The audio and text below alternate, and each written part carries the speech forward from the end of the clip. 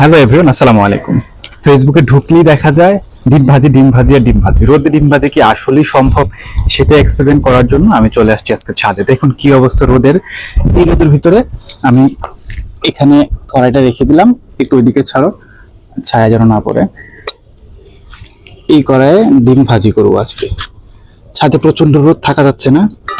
আমি আগে তেলটা ঢেলে দিই। তেলটা ঢেলে দিলাম, তেলটা গরম হোক, আমরা সেই পর্যন্ত অপেক্ষা করি। তেলটা গরম হোক। আরেকটু তেল দিতে হবে মেবি, না? আরেকটু তেল দিই।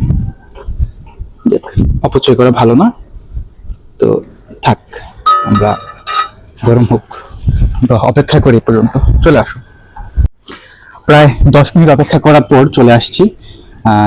মনে হয় তেলটা গরম হয়ে গেছে। এখন আমরা একটু ডিমটা ভেঙে দিয়ে দেখি কি অবস্থা।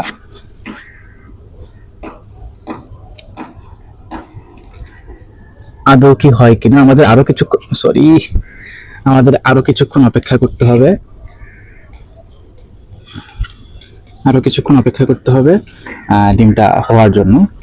সো ওরে বাবা, এটা তো অনেক গরম হয়েছে।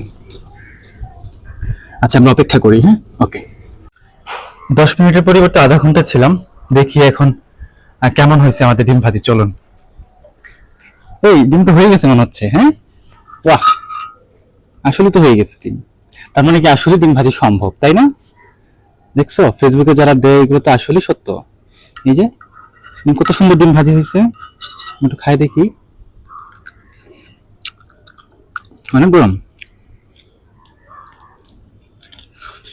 হুম, আসলে সম্ভব। যারা এই ধরনের কন্টেন্ট তৈরি করছে ওরা ফেক না, আসলে রিয়েল, আসলে সম্ভব। বাইরে ভাই এত সোজা ডিম ভাজা? পুরা 10 মিনিটের পরিবর্তে আধা ঘন্টা থাকি আসছি, তাও ডিম ভাজি হয় না। তাই এখন চুলায় আসছি। All my friends are toxic, all ambitionless, so rude and always negative.